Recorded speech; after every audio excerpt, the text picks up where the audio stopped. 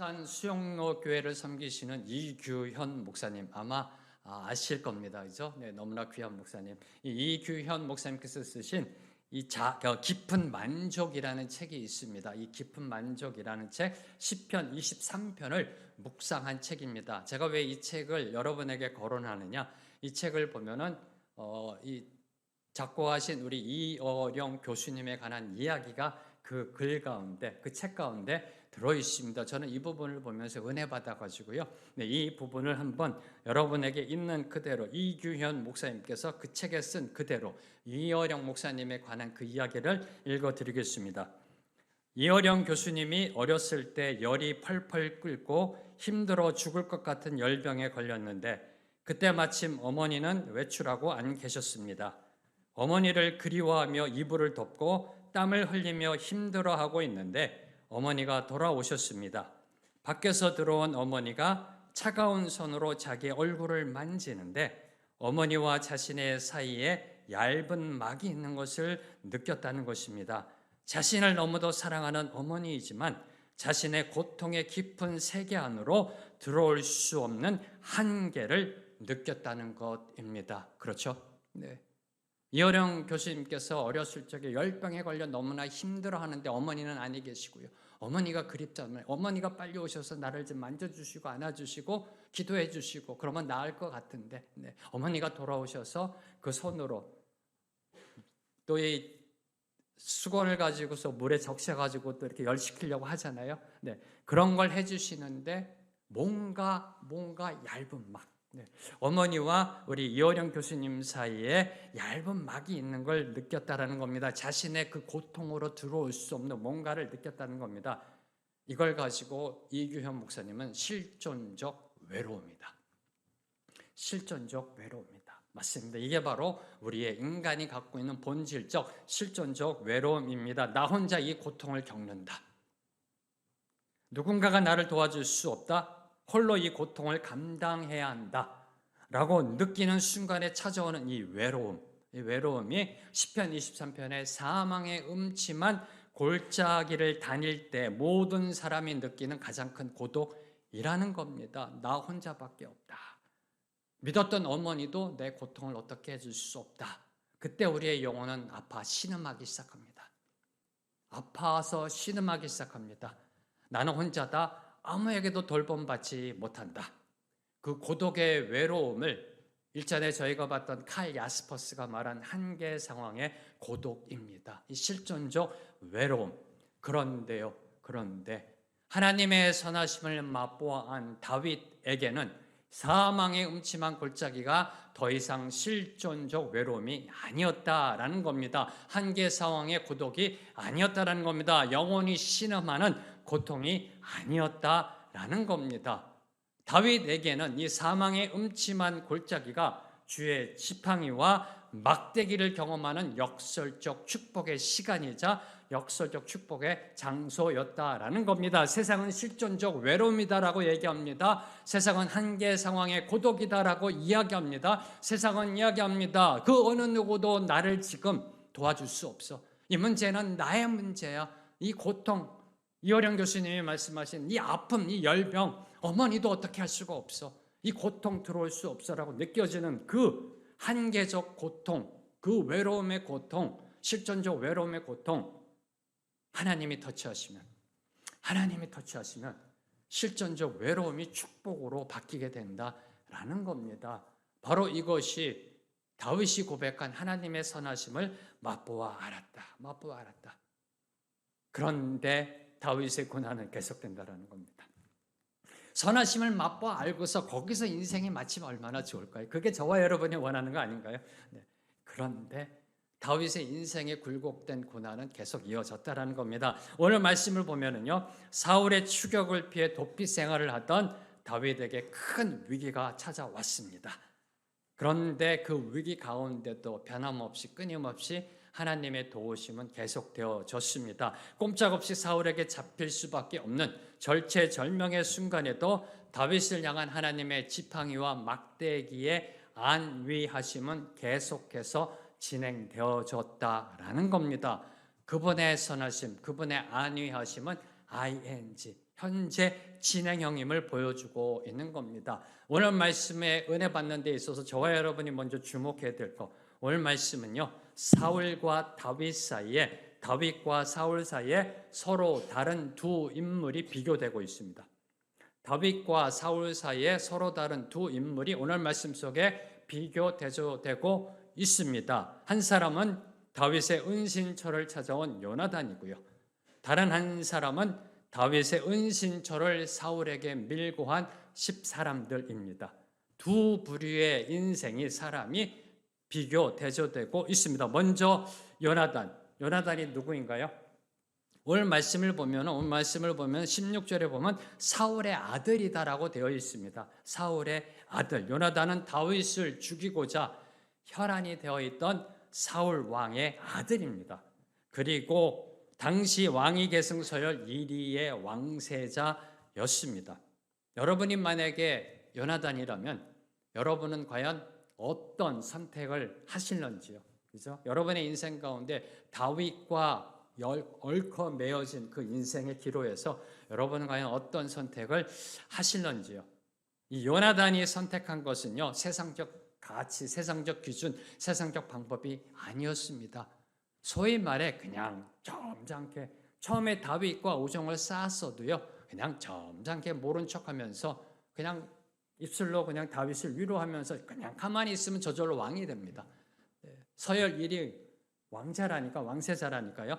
그런데 이 요나단이 선택한 것은 세상적 방식, 가치관이 아니라 하나님의 뜻과 섭리였다라는 겁니다. 다시 말해, 쉽게 말해 다윗의 정족이 되는 것이 아니라 다윗의 친구가 되어 주었다라는 겁니다. 오늘 말씀 16절과 17절 말씀, 두 구절 말씀 함께 읽습니다. 시작. 이르러 수풀에 들어가서 다윗에게 이르러 그에게 하나님을 힘있게 의지하게 하였는데 곧 요나단이 그에게 이르기를 두려워하지 말라. 내 아버지 사울의 손이 내게 미치지 못할 것이요 너는 이스라엘 왕이 되고 나는 내 다음이 될 것을 내 아버지 사울도 안다 하니라. 자, 요나단은요, 그의 아버지 사울을 가까이에서 모시면서, 그렇죠, 가까이에서 모시면서 다윗이 처한 상황을 누구보다도 잘 알고 있었을 겁니다. 그렇죠? 사울 왕이 그 부하 장군들과 이야기하는 소리도 듣고요. 누구보다도 가까이 있었기 때문에 다윗이 지금 어떤 상황에 처해 있는지, 사울이 지금 또 다윗을 잡으러 나가고 하고 있는지 모든 상황을 다 알고 있었을 겁니다. 그래서 찾아온 겁니다. 상황을 알고 있기 때문에 고난의 불가마 속에서 고군분투하는 다윗을 격려하고 위로하기 위해 찾아온 것입니다. 참된 위로는 먼저 다가감으로 시작됨을 보여주고 있는 겁니다. 요나단은 세상적 방식을 따르지 않고 하나님의 뜻을 쫓아 다윗을 친구 삼아 다윗이 힘들어할 때 다윗을 찾아갔습니다. 가장 힘들고 외로울 때 찾아갔습니다. 그리고 하나님을 힘있게 의지하도록 격려하였습니다. 이 사실 속에 먼저 세 가지를 주목하며 묵상하고자 합니다. 첫 번째로 주목하는 거, 요나단이 다윗을 찾아간 그 시점, 언제 찾아갔는가? 그 시점입니다. 자, 당시 다윗은요, 사울의 박해를 피해 이리저리 도망 다니는 가운데 있었습니다. 그렇죠? 블레셋 가드로 도망갔다가 다시 아둘람 굴로 왔다가, 그리고 모압으로 갔다가 헤레스풀로 왔다가, 다윗이 이 유대 땅, 이스라엘 땅으로 돌아온 다음부터는 계속해서 사울에게 쫓기고 있었습니다. 오늘 말씀 속에 보면은 십광야 숲으로 들어가 몸을 숨겼어도 사울의 군사들은 계속해서 포위망을 좁혀오고 있었습니다. 더욱이 지금 다윗에게는 600명이 넘는 사람들이 몰려들었습니다. 지금 이제 다윗과 함께하는 사람들이 600명이나 되었습니다. 다윗은 이제 자신의 안위만이 아니라 그들의 인생까지도 책임져야 하는 부담까지 떠안고 있었습니다. 안팎으로 삶의 무게감이 점점 짓누르고 있었던 겁니다. 1, 2년도 아니고요. 한 1, 2년만 버텨보자. 그럼 뭐 상황이 나아지겠지. 아니요, 1, 2년도 아니에요. 5년, 6년, 7년, 10년이 넘어가는 이 안팎으로 삶의 무게감이 점점 그를 짓누르고 있었습니다. 이때 요나단이 찾아온 겁니다. 우연일까요? 자, 매에는 장사 없다라고 그럽니다. 그렇죠? 네, 매에는 장사 없고 오랜 병에 효자 없듯이 오랜 동안 계속된 사울의 핍박과 도피 생활로 인해 다윗은 점점 지쳐가고 있을 때 육체적으로나 심리적으로나 정신적으로 거의 그로기 상태에 빠져 있을 때 이때 하나님이 요나단을 다윗에게 보내신 겁니다. 이때 하나님이 요나단을 다윗에게 보내신 겁니다. 왜 보내셨을까요? 왜 보내셨을까요? 답은 간단하죠. 그냥 내버려 두면 꼬꾸라지니까. 하나님이 안 보내시면, 하나님이 도와주지 아니하시면 이어령 교수님이 느꼈던 어렸을 때 그 실존적 외로움, 어머니도 어떻게 할 수 없는 그 고통, 그냥 내버려 두면 시험 들어 고꾸라지니까, 영적 우울증으로 빠져드니까, 그냥 고꾸라지게 되어 있으니까. 그래서 보내신 겁니다. 다시 말해 상황적 위기는 신앙적 위기로 이어지기 때문에 저와 여러분이 이 땅을 살아가면서 상황과 환경 가운데 위기가 닥쳐옵니다. 저희들이 일전에 봤던 그 한계 상황적 위기가 닥쳐옵니다. 상황적 위기가 닥쳐올 때 우리 인간은 어떻게 할 수가 없습니다. 그게 한계 상황이잖아요. 어머니도 어떻게 할 수 없다니까요. 그 어린 이어령 교수가 어렸을 때 어머니는 모든 걸 다 하시는 분이잖아요. 그 어머니도 어떻게 할 수 없는. 그래서 하나님이 요나단을 보내신 겁니다. 내버려 두면 꼬꾸라지니까, 내버려 두면 시험 되니까, 내버려 두면 실족하니까, 내버려 두면 교회 안 나오니까, 내버려 두면 하나님 떠나니까. 그래서 요나단을 보낸 겁니다. 그래서 하나님은 요나단을 다윗으로 하여금 하나님을 힘있게 의지하게 만들었던 겁니다. 하나님을 힘있게 의지하게. 시련의 때, 고난의 때, 불가마의 때 너무나 힘듭니다. 경험 안 해보셨는지요? 안 해보셨나요? 경험하게 될지어다. 어휴, 목사님 그런 저주의 말을.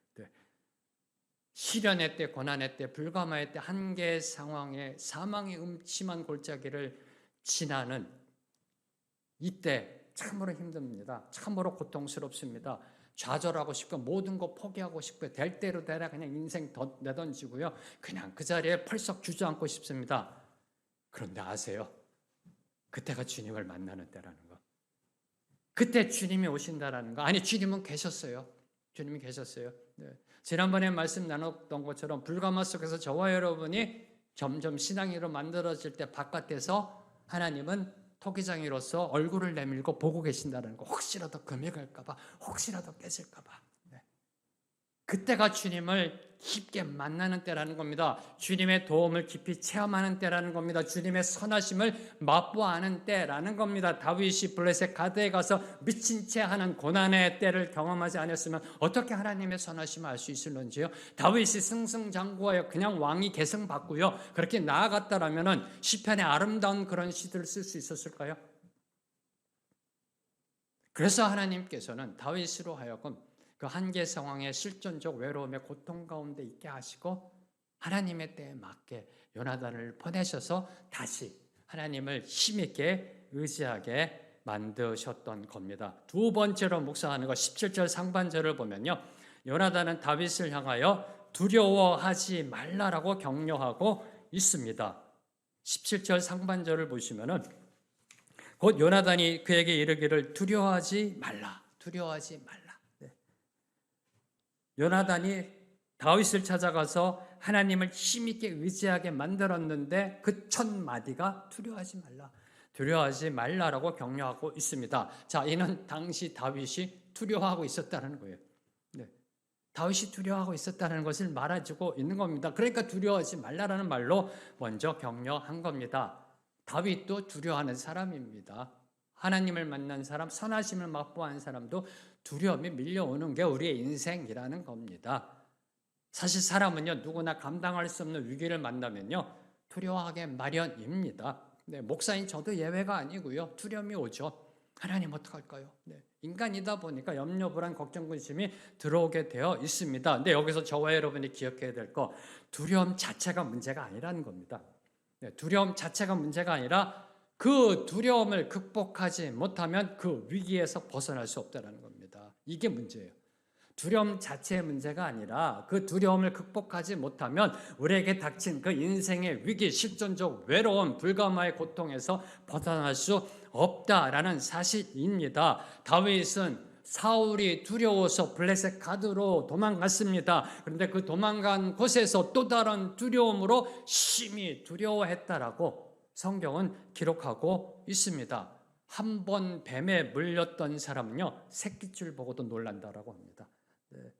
자라보고 놀란 것은 소뚜껑 보고 놀란다라고 우리 옛말에도 있습니다. 두려움의 감정이 사람을 얼마나 위축시키는지 잘 보여주고 있는 겁니다. 두려움을 극복하지 못하면 여러분의 인생 속에 닥치는 상황적 위기, 한계 상황적 고통, 괴로움, 그 외로움, 실존적 외로움을 뛰어넘을 수가 없다라는 겁니다.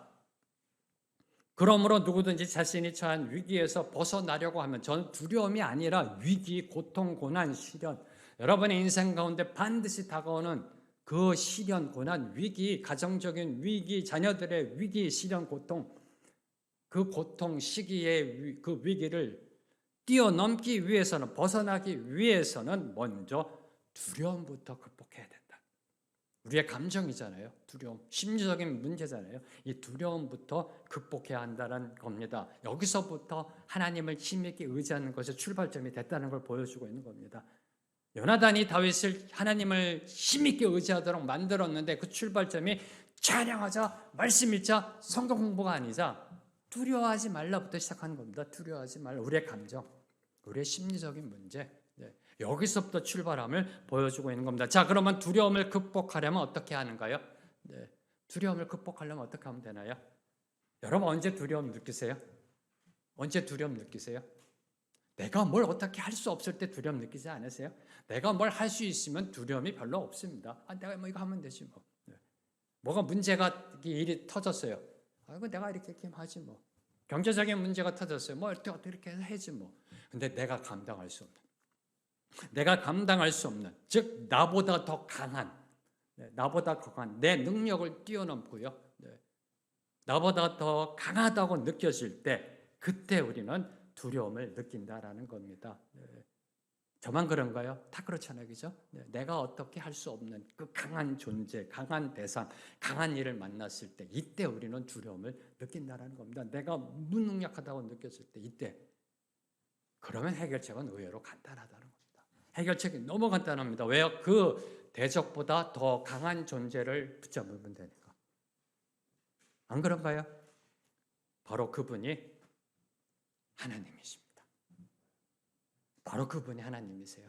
그래서 오늘 요나단은 다윗에게 누구를 힘있게 의지하게 했다고요? 하나님을. 두려워하지 말라. 하나님이 계시지 않느냐. 하나님을 힘있게 의지하게 만들었던 겁니다. 온 우주 만물의 창조자, 주권자 하나님이 지금 나와 함께 하고 계신다. 믿으시는지요? 그분이 나의 아빠, 아버지시다. 믿으시는지요? 그럼 뭐가 두려울런지요? 늘 항상 제가 저의 두려움을 극복하는 방법입니다. 그렇지. 우리 하나님은 창조주이시지.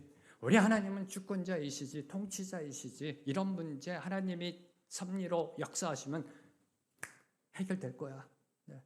해결될 거야. 그분이 나의 아빠 아버지신데 아빠 아버지시여 이 문제에 올려드립니다. 뭐가 두려우세요? 뭐가 두려우세요? 우리에게 다가오는 두려움은 내가 어떻게 할 수 없을 때 두려움을 느낍니다. 다시 말해 나보다 더 강한 존재, 강한 대상, 강한 일로 인해 두려움을 느낍니다. 그러면 의외로 간단합니다. 그거보다 더 강한 존재를 붙잡으면, 그 모든 것들을 해결할 수 있는 분을 붙잡으면 우리의 두려움은 해결된다라는 겁니다. 그분이 우리의 아빠 아버지 되시는 하나님 아버지이시라는 겁니다. 위기를 만났을 때 우리에게 필요한 것은 이 세상 그 어떤 것도 아니라는 겁니다. 물질도 아닙니다. 권력도 아닙니다. 아는 지인의 힘, 도움도 아닙니다. 하나님의 임재입니다.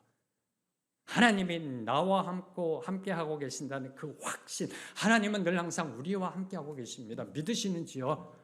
그 확신, 하나님은 잠시 여러분을 떠나 어디 외출 가고요, 해외여행 갔다 이런 분이 아니세요. 늘 항상 우리와 함께하고 계세요. 주의 백성들과 함께하고 계세요. 이걸 우리가 느끼느냐, 확신하느냐, 이겁니다. 우리가 두려움을 극복하는 길은 우리와 함께하고 계시는 그분을 느끼는 겁니다. 그분을 맛보아하는 겁니다.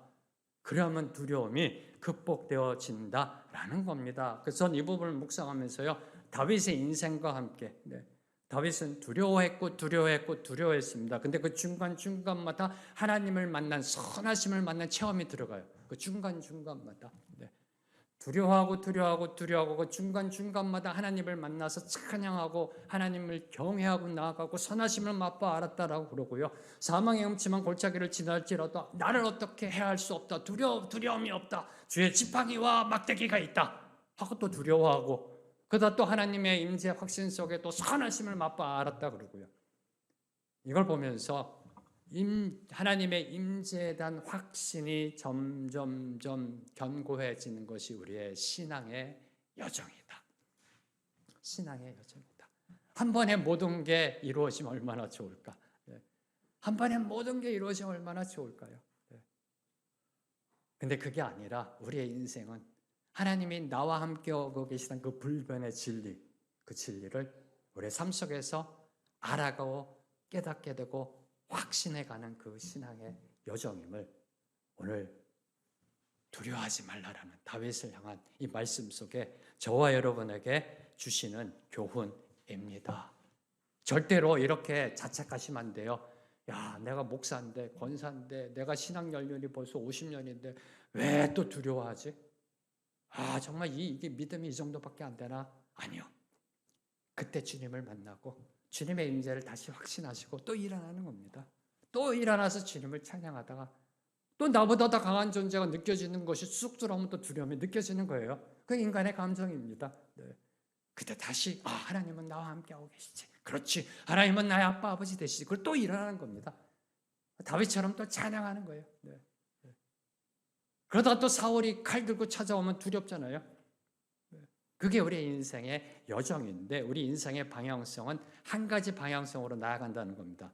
그분의 임재를 확신해 나아가는 것. 점점점 확신의 정도가 올라가고 있는 것이 우리 신앙의 여정이라는 겁니다. 세 번째로 묵상하는 것, 17절 하반절을 보면요, 요나단은 다윗을 격려하면서 이렇게 얘기합니다. 너는 이스라엘 왕이 되고 나는 내 다음이 될 것이다.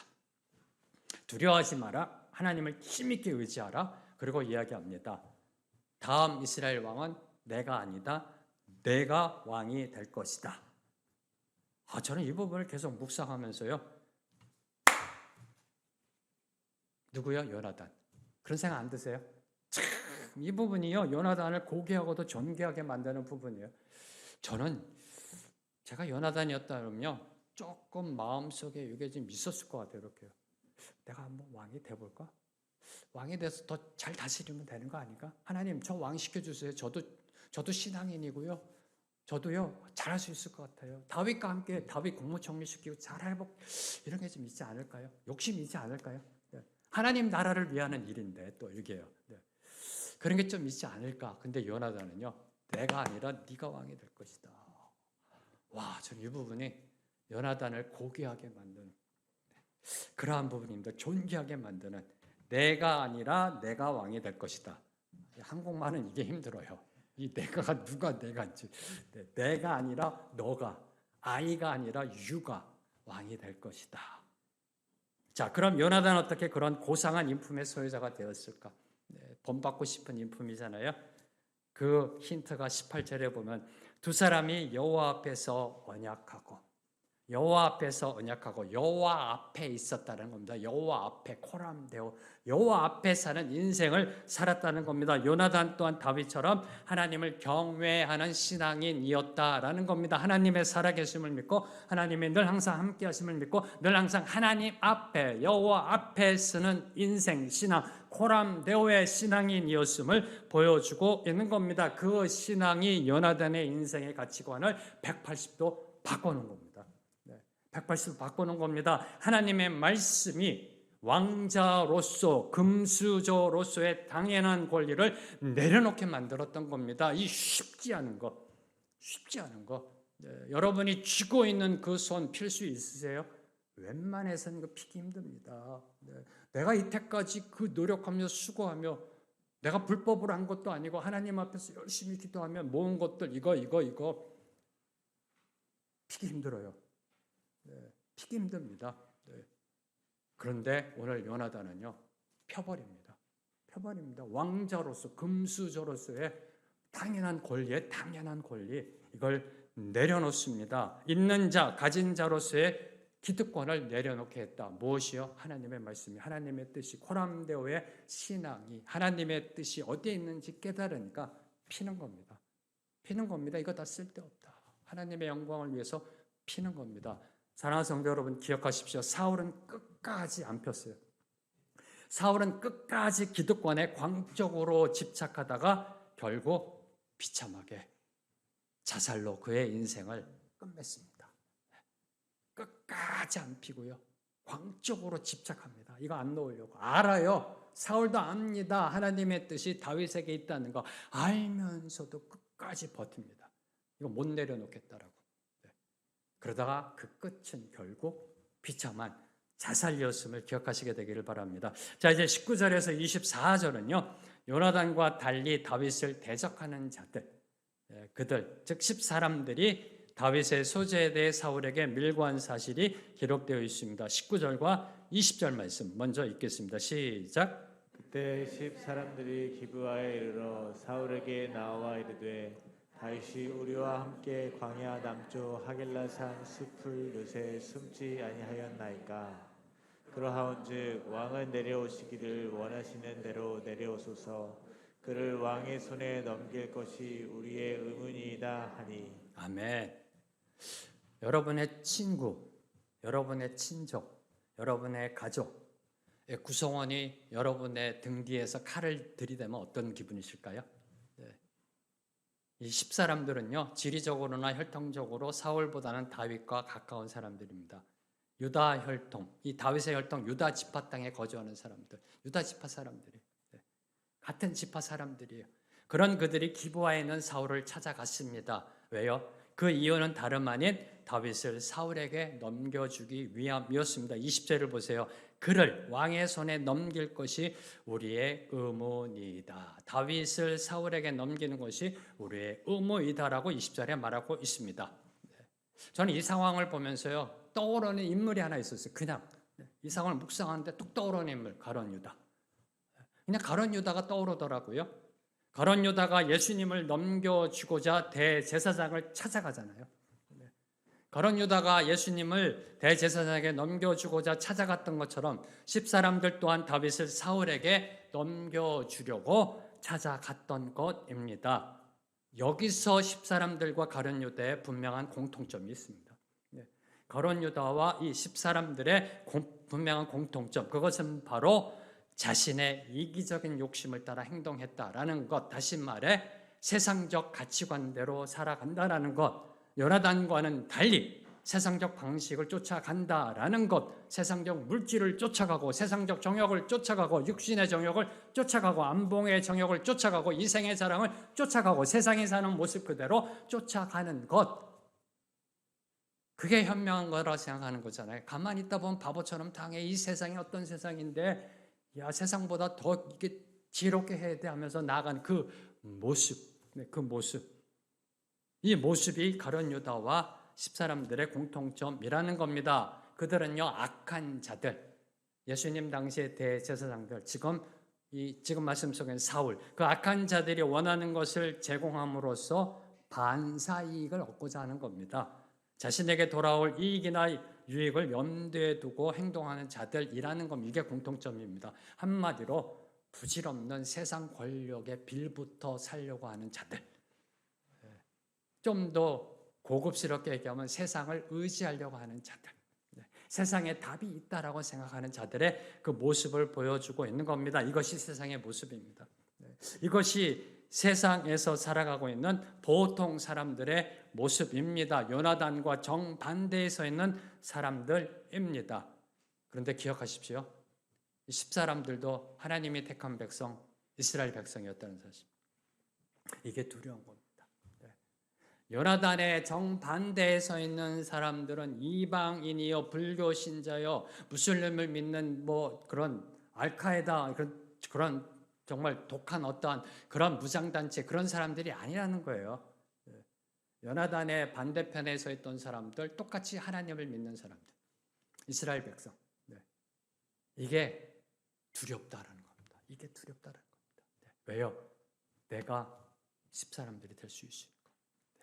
이게 두려운 겁니다.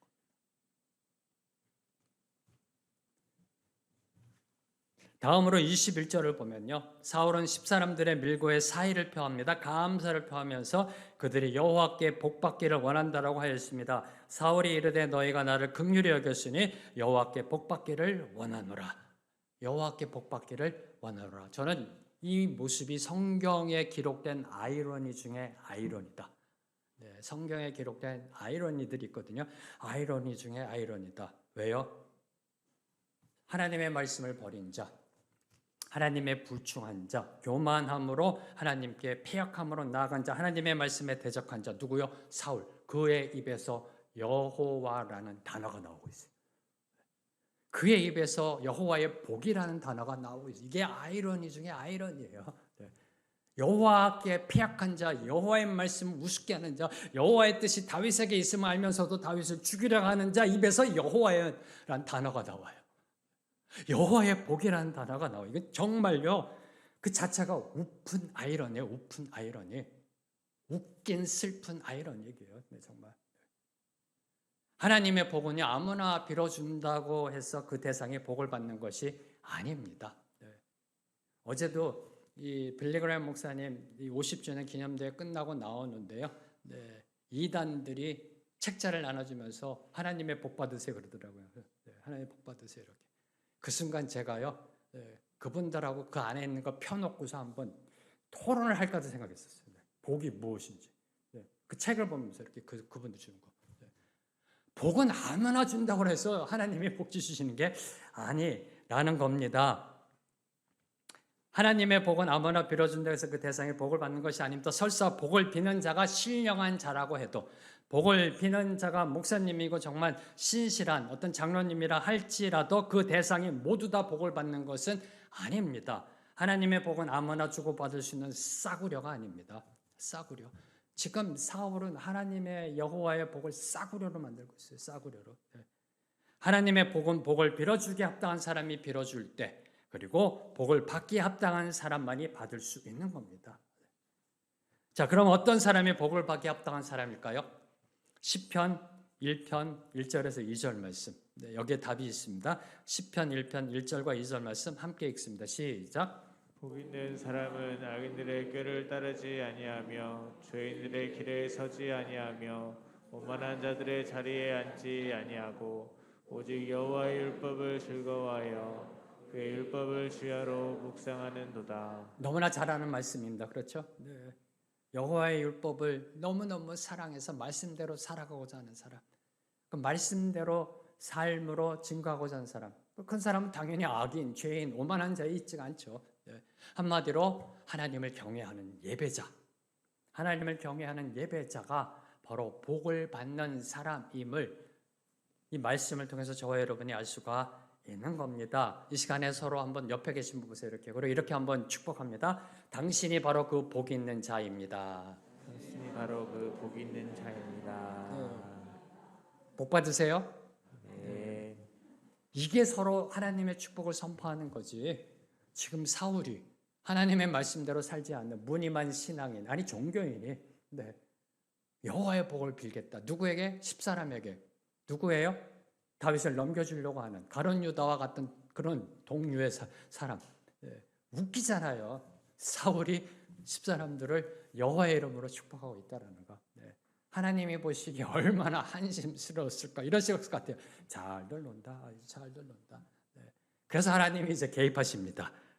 25절에서 28절은 이제 다윗이 마온 항무지에 있을 때 사울이 추격하여 왔으나 사울이 블레셋의 침공 소식을 듣고 철군함으로써 위기에서 벗어난 사실을 보도하고 있습니다. 먼저 25절과 26절을 보면요, 사울이 마온 항무지까지 군사들을 이끌고 추격하였습니다. 참으로 사울의 끈질긴 면을 보여주고 있는 겁니다. 사울은요, 다윗이 세상에 존재하는 한 어디에다도 찾아갈 기세로 지금 다윗을 추격하고 있습니다. 그것이 사막이든 황무지든 어디든지 쫓아가서 반드시 다윗을 제거하리라는 그러한 의지를 지금 보여주고 있습니다. 광적으로 미쳐 있어요. 지금 광적으로 집착해 있습니다. 그러다가 오늘 이 10사람들이 다윗의 위치를 알려주고 도주 예상료를 정확하게 알려주자 다윗을 도관에 든 쥐처럼 몰고 있습니다.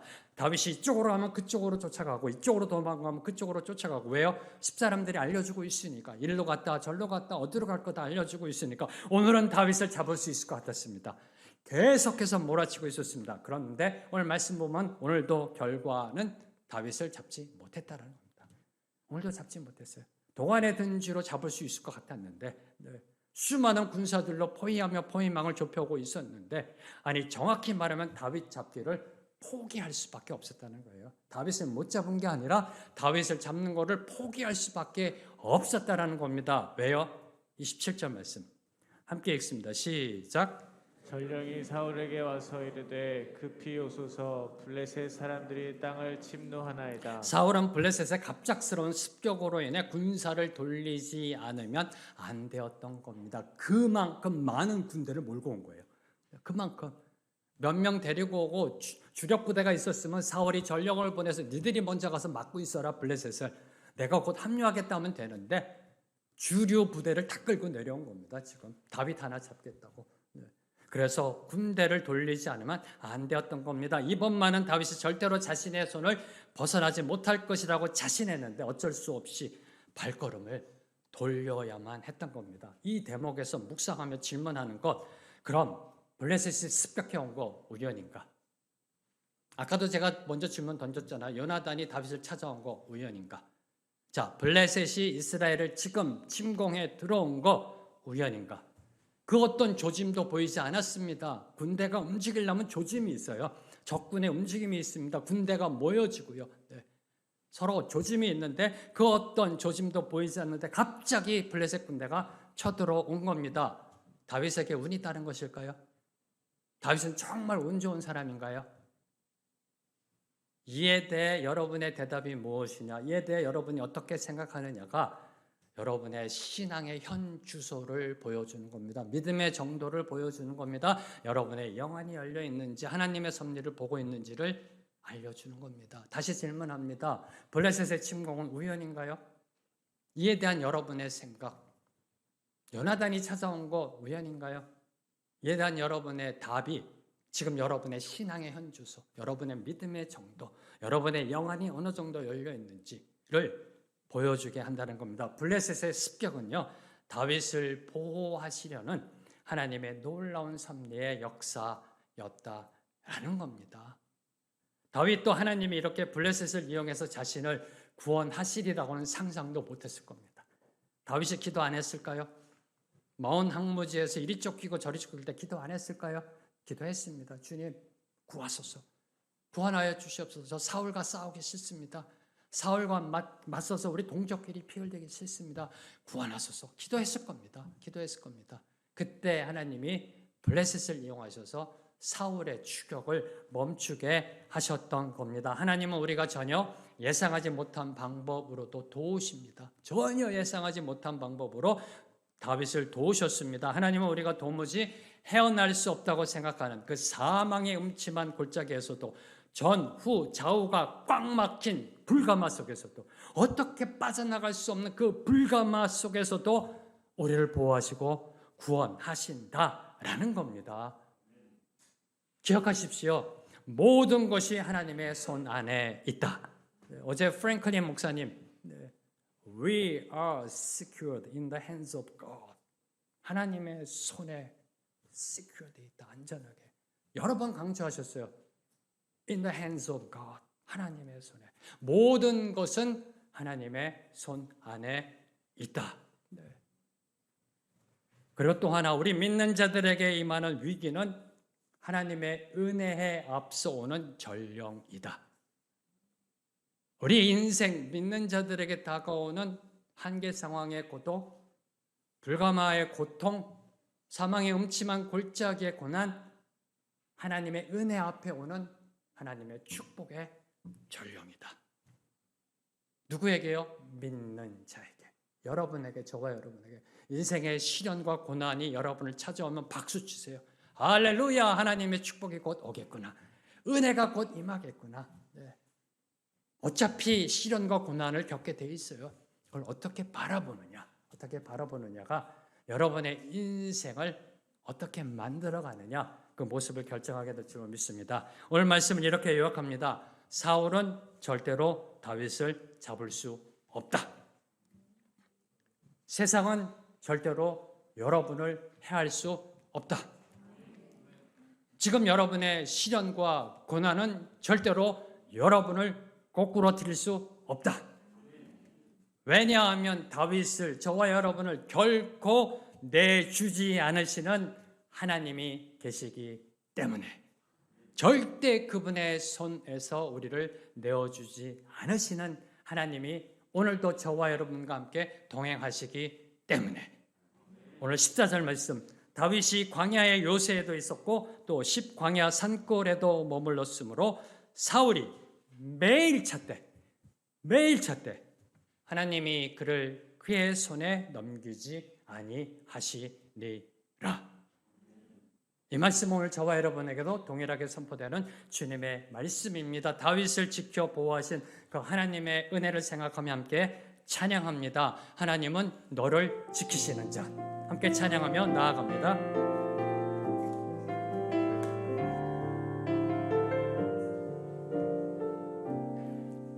하나님은 너를 지키시는 자.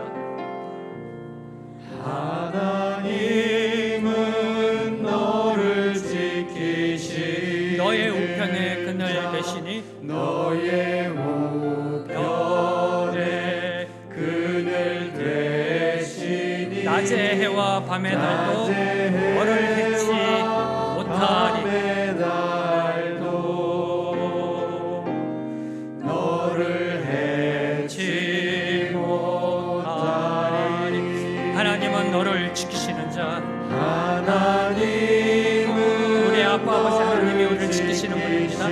다윗을 지키신 분이 오늘 우리도 지켜주십니다. 우리의 환난을 면케하십니다. 우리를 고난의 때에서 일으켜 세우십니다. 블레셋의 습격과 같은 것으로 우리를 지켜주십니다. 우리를 지켜주십니다. 우리가 우리의 예상을 뛰어넘어 지키십니다. 우리의 출입을 지켜주십니다. 눈을 들어 산을 보아라.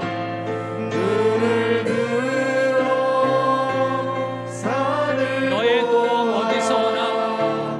너의 도움 어디서 천지 지으신 너를 만드신 여호와께로다. 너를 만드신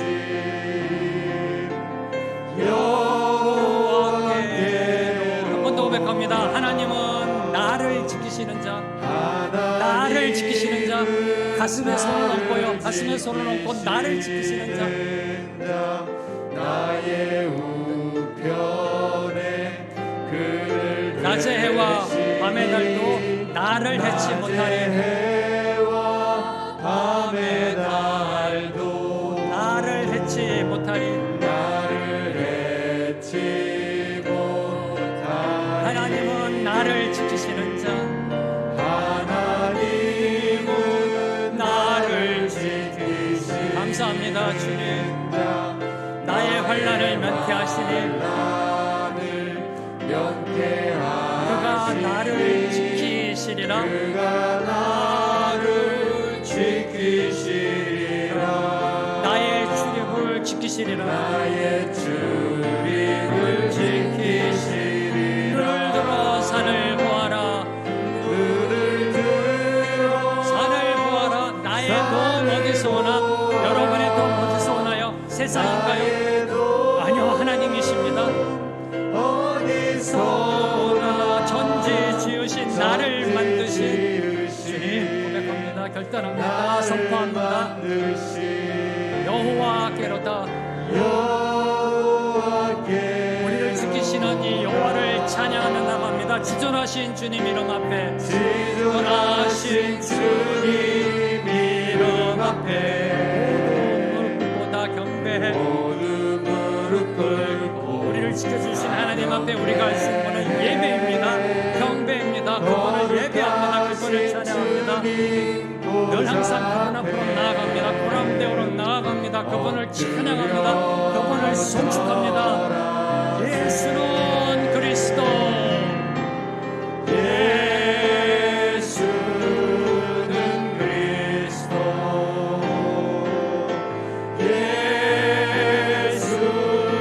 예수는 주,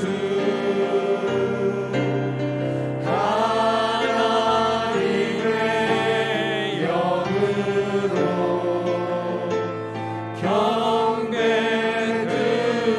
경배드리리. 예수는 주,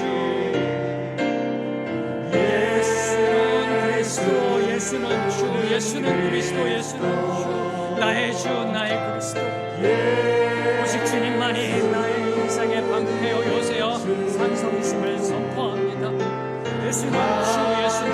하나님의 영으로